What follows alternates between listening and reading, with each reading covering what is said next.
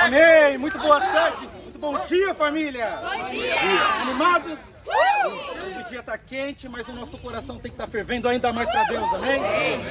Existe um ditado latino que traduzido fica: se você quer paz, prepare-se para a guerra.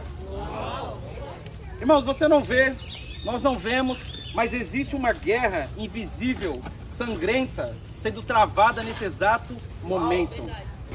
O mundo não sabe disso, o mundo não se dá conta, mas o mundo todo está em guerra.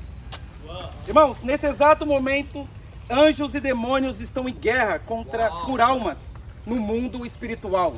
Título da aula de hoje: A Batalha Invisível.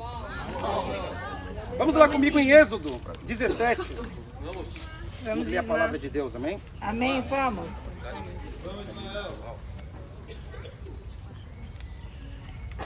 Contigo, Ismael. Êxodo 17, versículo 18. A Bíblia diz: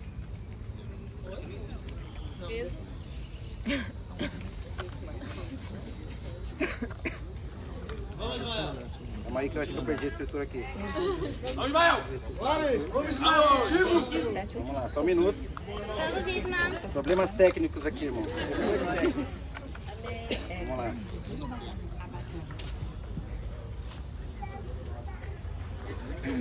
Vamos, Isma.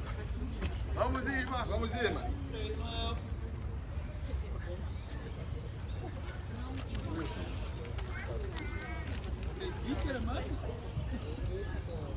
Só um minuto. Só um minutinho. Vamos lá.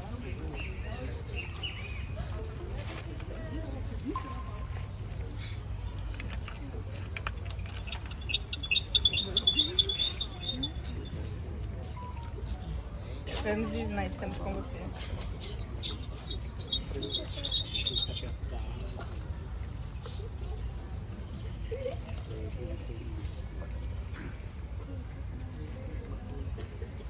Só um minuto, irmãos. Vamos lá. Problemas técnicos. Vamos, Isma. Vamos, Ismael. Vamos. 17 do 8. Ah, do 8, perdão. Obrigado. Vamos lá, irmão. Muito bom, muito bom, muito bom. É a batalha, já começou aqui. Eu acho que esse É isso aí, mas a gente não desanima. Vamos lá. Êxodo 17, versículo 8. Contigo, Ismael. Diz assim: Vamos. sucedeu que os amalequitas vieram atacar os israelitas em Refidim. Então Moisés disse a Josué: escolha alguns dos nossos homens e lute contra os amalequitas. Amanhã tomarei posição no alto da colina com a vara de Deus em minhas mãos. Josué foi então lutar contra os amalequitas, conforme Moisés tinha ordenado. Moisés, Arão e Hur, porém, subiram ao alto da colina. Enquanto Moisés mantinha as mãos erguidas, os israelitas venciam. Quando, porém, as abaixava, os amalequitas venciam. Quando as mãos de Moisés estavam cansadas, eles pegaram uma pedra e a colocaram debaixo dele, para que nela se sentasse. Arão e Hur mantiveram erguidas as mãos de Moisés, um de cada lado, de modo que as suas mãos permaneceram firmes até o pôr do sol. E Josué derrotou o exército amalequita ao fio da espada. Uau! Então aqui a gente tem a história de uma batalha. Uma batalha que foi travada tanto no âmbito terreno quanto no âmbito espiritual. Aqui fala que Moisés, ele se posicionou no alto da colina. Enquanto ele mantinha as mãos erguidas, os israelitas venciam os amalequitas na batalha. Mas quando as mãos dele se abaixavam, os israelitas perdiam a batalha. Muito interessante, porque a gente vê como Moisés foi importante na vitória de Israel contra os amalequitas. Moisés estava lá no alto da colina, e enquanto os israelitas lutavam a batalha física, Moisés lutava a batalha espiritual, orando a Deus. Irmãos, no Velho Testamento, no Antigo Testamento, no tempo antigo, as pessoas elas oravam com as mãos levantadas para os céus. A gente pode orar também com as mãos levantadas para os céus. Isso é incrível. E por quê? Quando você levanta suas mãos para os céus para orar a Deus, isso é um sinal de dependência total de Deus. Hoje eu vi a Alice levantando as mãos para o Felipe.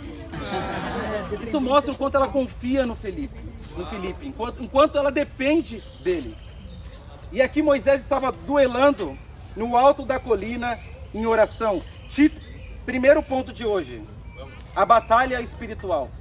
A batalha espiritual. Vamos, irmão. Prega, irmão. Irmãos, o que a gente aprende aqui? Que a batalha espiritual determina a batalha física. Olha que incrível. Quando Moisés orava, os israelitas venciam.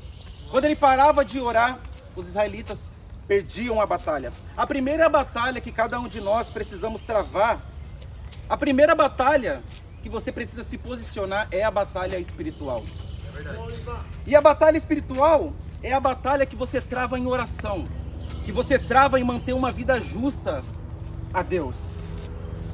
Você acredita no poder da oração? O quão importante é orar para você? Às vezes parece um assunto óbvio para nós, mas na prática não é tão óbvio assim. Porque se fosse, a gente recorreria à oração com mais constância. A gente recorreria à oração em primeira instância. Irmãos, a gente precisa confiar no poder da oração. Minha pergunta para você é: com qual frequência você recorre à oração? Ocorre que muitas vezes as dificuldades elas aumentam em nossas vidas. Muitas dificuldades, às vezes a gente tem problema de saúde, problema financeiro, problema espiritual. E o certo, o bíblico, seria, à medida que as dificuldades aumentam, a sua oração deveria aumentar também. Mas o que ocorre muitas vezes é o contrário. As dificuldades aumentam e a gente ora menos a Deus. A gente busca a Deus com menos frequência. Isso não é bom.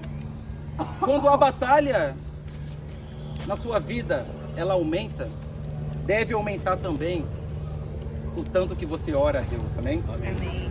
Essa a proporção. Se você não ora, alguns pecados podem proliferar, predominar na sua vida. Por exemplo, a falta de fé, falta de paz. Quando a gente se sente perturbado, inquieto, isso pode ser falta de oração. Quando você perde a visão, perde a fé pela sua própria vida, pela vida de outros, isso pode ser falta de oração. É um sintoma de falta de oração. Verdade. Irmãos, converter pessoas, chamar pessoas ao arrependimento, converter essas pessoas a Deus, salvar essas pessoas, exige, primeiro, uma batalha no âmbito espiritual. Você precisa se posicionar, primeiramente, num lugar espiritual para poder lutar pela vida dessas pessoas. Por quê? Porque é uma guerra. Se nós queremos batizar pessoas aqui no Rio de Janeiro, e eu sei que nós queremos muito, amém? Amém. Nós queremos ver a igreja crescendo. Nós queremos ver pessoas sendo salvas. Se nós queremos salvar pessoas, nós precisamos orar por essas pessoas. Todo mundo conhece aquele singelo, aquele icônico gesto, lembra? Lembra do pai do Raul? Esse gesto, a maioria de vocês aqui sabe o que significa. Foi o que o pai do Raul fez um pouco antes de falecer, indicando que ele iria para o céu. É incrível. O pai do Raul foi salvo já idoso, um pouco antes de falecer. Mas, irmãos, houve uma batalha espiritual dura, travada durante 26 anos até a salvação do pai do Raul. O Raul orou todos os dias durante 26 anos pela salvação do pai dele. Uau! Daí você pode pensar, 26 anos? Sim! 26 anos de guerra, batalhando todos os dias em oração. Mas Deus coroou a perseverança do Raul com uma vitória incrível. O pai do Raul hoje está nos céus. E quando a gente ora, a gente pode trazer outras pessoas para o reino de Deus também. Irmãos, nós devemos perseverar em oração. Você deve batalhar em oração. Lá em Mateus, lá em Lucas 22, 44, quando a Bíblia diz que Jesus orou e ele suou sangue em sua oração, aquilo não é só um exemplo para poder impressionar você. Irmãos, aquilo é um exemplo de de como batalhar em oração ao ponto de isso atingir o seu físico. É esse tipo de perseverança que a gente precisa ter na oração. Eu não digo que você vai orar até suar sangue, mas às vezes você vai ter que suar, molhar o chão de joelhos orando a Deus. Isso é perseverar em oração.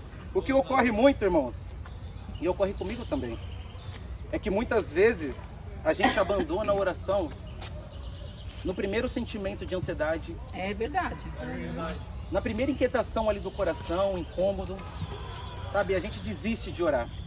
Irmãos, não! Você precisa perseverar na sua oração. Qual que é o meu ânimo para cada um aqui hoje? Ore até o seu coração ficar em paz. Amém. Eu não vou determinar um tempo de oração para você, mas ore até o seu coração ficar em paz com Deus. Não desista da oração. Entenda uma coisa, é guerra. E guerra exige de nós. Irmãos, tem um desafio para cada um de nós aqui. Muitas vezes você vai orar e isso vai refletir no seu físico. E nessa semana, a gente vai ter uma vigília. Sexta-feira, de sexta para sábado. E é um momento de oração. É um momento que a gente vai orar juntos a Deus. E isso vai refletir no seu físico. Uma vigília exige de você ficar sem dormir. Talvez você tenha que ali lutar contra o cansaço. Mas por que a gente vai fazer isso, irmãos? Por que a gente vai orar e sacrificar fisicamente por isso? Porque a gente espera o agir poderoso de Deus, amém? Amém. Eu estou muito animado com essa vigília, porque sempre depois de vigílias, a gente tem batismos. Amém. Irmãos, Deus ouve as nossas orações. A primeira batalha que você tem que travar sempre é a batalha espiritual, amém? Estão comigo? Sim. Vamos lá, segundo ponto de hoje, a batalha terrena. Até você pode pensar, amém, Ismael, vou orar 12 horas por dia no meu quarto e depois eu vou ficar por ali mesmo, porque já é hora de dormir. Não! Você tem que orar, mas você tem que agir também, amém? Todos nós precisamos nos posicionar para a batalha terrena também. Vamos lá em Juízes 2. Vamos. Vamos lá, irmão, muito Versículo 8. Espero que seja essa a escritura, amém? Vamos lá. Juízes 2, 8. Muito bom, Ismael. Contigo. Bom.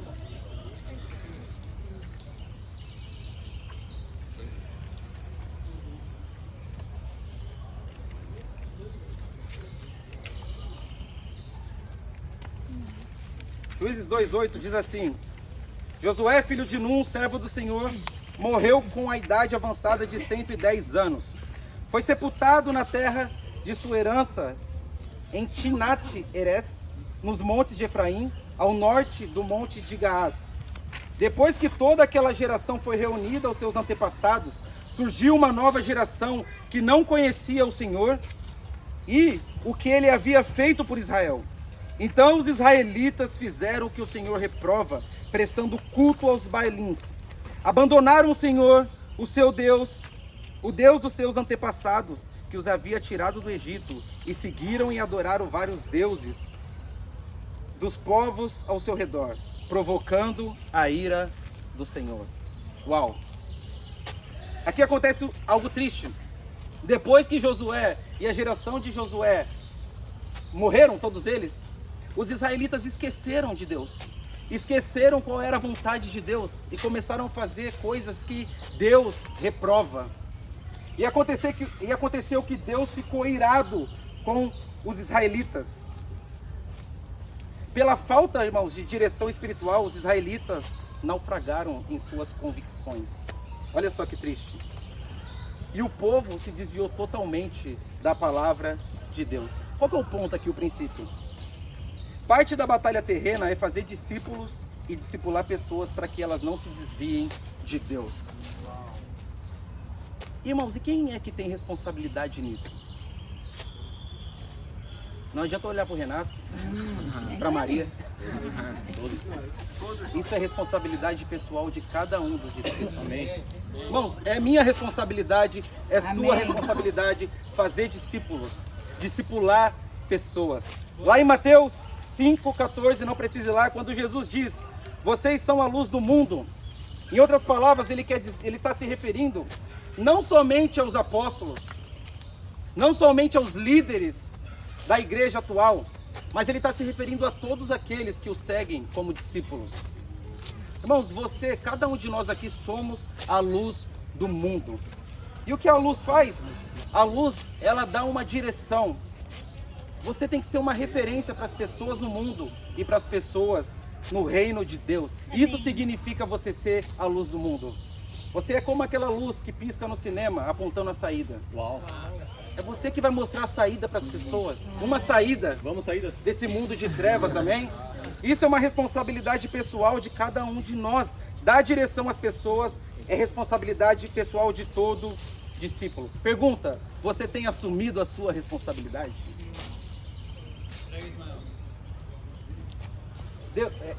Irmãos, onde Deus te colocar, seja na sua universidade, no seu trabalho, entre os seus familiares, o lugar onde Deus colocar você, aquele lugar passa a ser sua responsabilidade. Uau, verdade.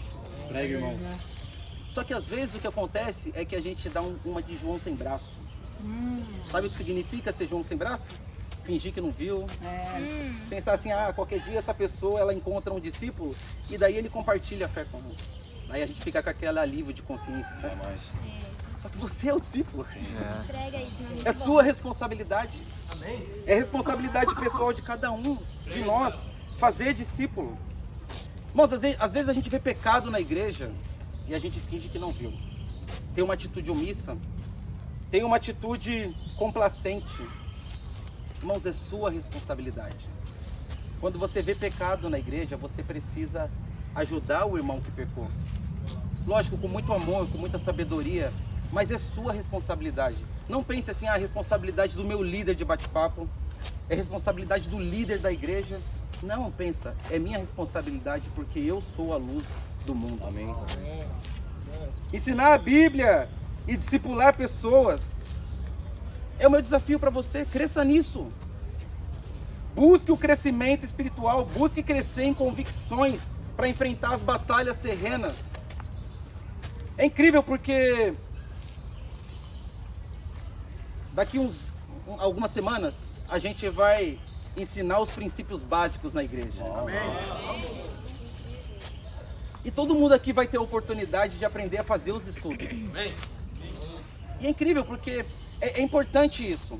Faz parte de amadurecer espiritualmente como igreja. Todos nós precisamos aprender a ensinar a Bíblia para as pessoas. Verdade. Mas irmãos, vai exigir de cada um de nós. Vai exigir compromisso de cada um de nós aprender a estudar a Bíblia com as pessoas. Eu quero animar você, leve isso a sério. Coloque isso no seu coração. Aprenda a estudar a Bíblia com as pessoas. Aprenda a discipular pessoas. Porque em algum momento você vai ser chamado para fazer isso. Por quê? Porque é responsabilidade minha, mas é responsabilidade sua também. Geralmente, o que nos atrapalha de crescer espiritualmente, de ganhar convicções, é pecado. Pecado como comodismo, preguiça, medo, entre outros. Só que às vezes a gente quer dar um nome mais bonito para a coisa. A gente gosta de chamar por outros nomes, tipo, não tenho tempo, não tenho oportunidade. Quero animar você. Você tem todas as condições para poder crescer espiritualmente com Deus, amém?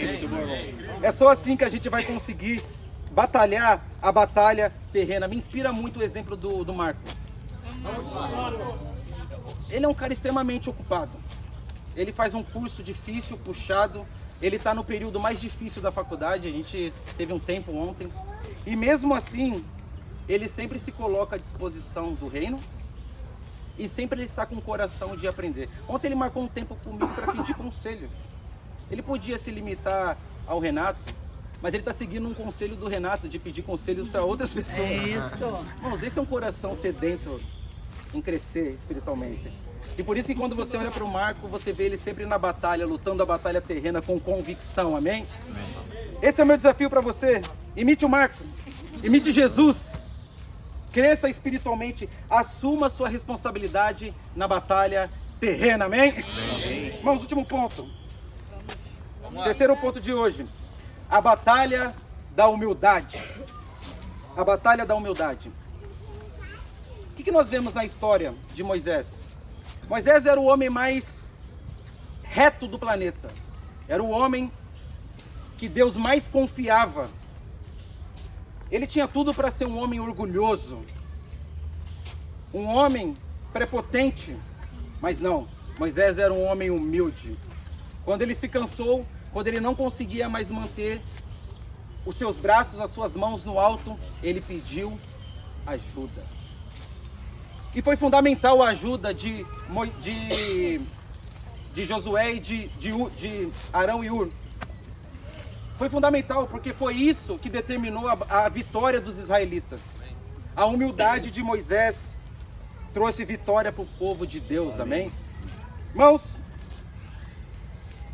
muitas vezes nós apanhamos muito em nossas dificuldades por falta de humildade. Às vezes a gente está tomando uma surra de Satanás simplesmente por orgulho de pedir ajuda. É só pedir ajuda. Exatamente. Você pode fazer isso por WhatsApp hoje em dia. Não tem mais dificuldade. Você não precisa escrever uma carta que vai chegar daqui a alguns dias para a pessoa. Você não precisa mais andar quilômetros. Você pode mandar uma mensagem instantânea no WhatsApp e pedir ajuda. O problema nunca foi os meios, as ferramentas. O problema sempre foi o coração.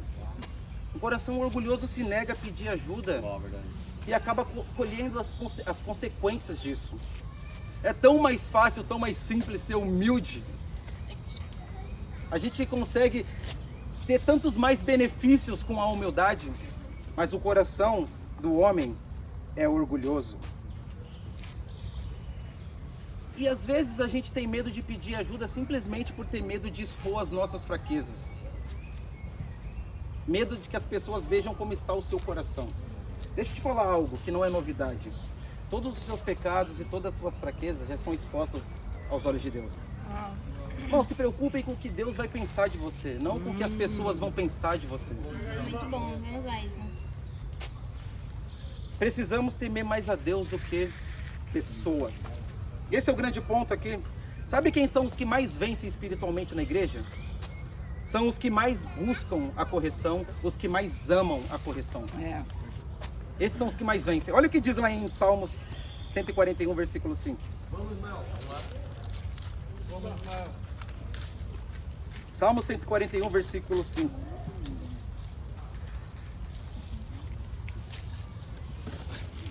Diz assim: fira-me o justo com amor leal e me repreenda, mas não perfume a minha cabeça o óleo do ímpio, pois a minha oração é contra as práticas dos malfeitores. Olha o que Davi diz aqui: fira-me o justo com amor leal. Davi amava a repreensão. Ele amava ser repreendido. Eu acho que Davi saía do tempo discipulado mega animado. Amém. Talvez triste, porque repreensão é algo difícil.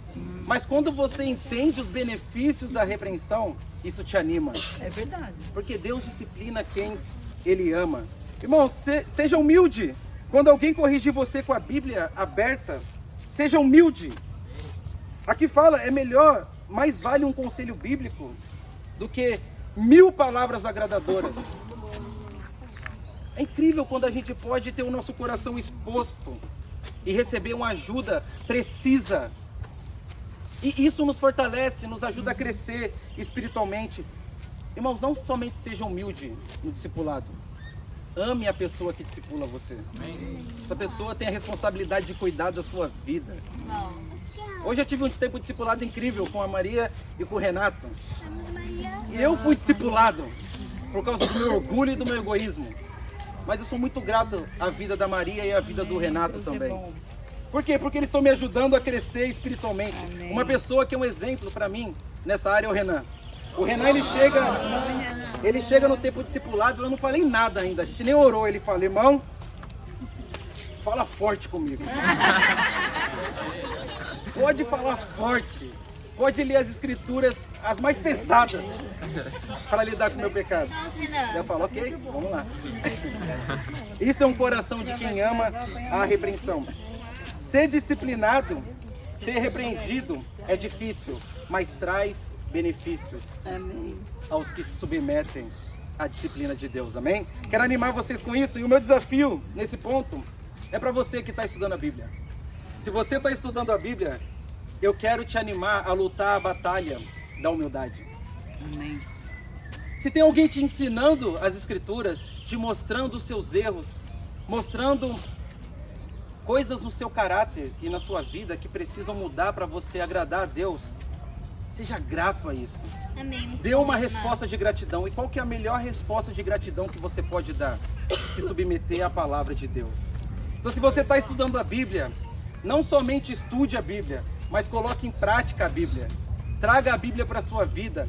Traga para uma responsabilidade pessoal e você vai ver os benefícios da humildade. Amém? Amém. Estão comigo? Sim, Vamos lá. Em conclusão, eu quero chamar cada um aqui a batalhar junto a batalha da oração, que é a batalha espiritual. Chamar vocês a batalha da missão, que é a batalha terrena.